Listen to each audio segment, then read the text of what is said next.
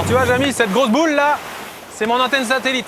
Elle me permet de me connecter au satellite pour recevoir les emails, la météo et tous vos encouragements. Il y a une deuxième antenne sur le bateau, c'est l'antenne GPS. Donc ça me permet d'avoir ma position, la position du bateau sur la carte.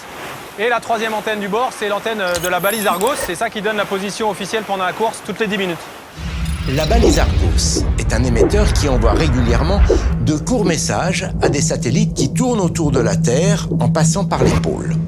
Ces satellites font un tour de la Terre en à peine 1h40 et couvrent une bande de 5000 km de large.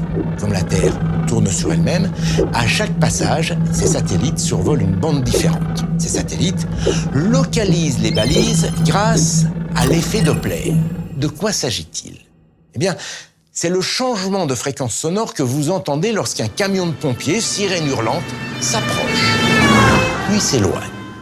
De la même manière, quand le satellite s'approche de la balise, la fréquence qu'il reçoit est supérieure à la fréquence émise par la balise.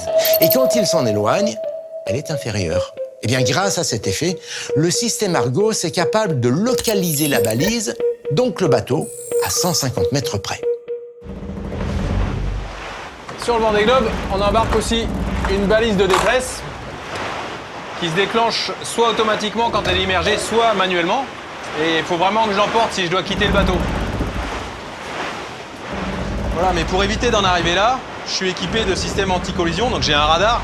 J'ai surtout l'AIS qui me permet de voir les bateaux qui naviguent autour de moi. Donc comme ça, même de nuit quand je dors, ça me permet d'éviter les collisions. AIS, Automatic Identification System.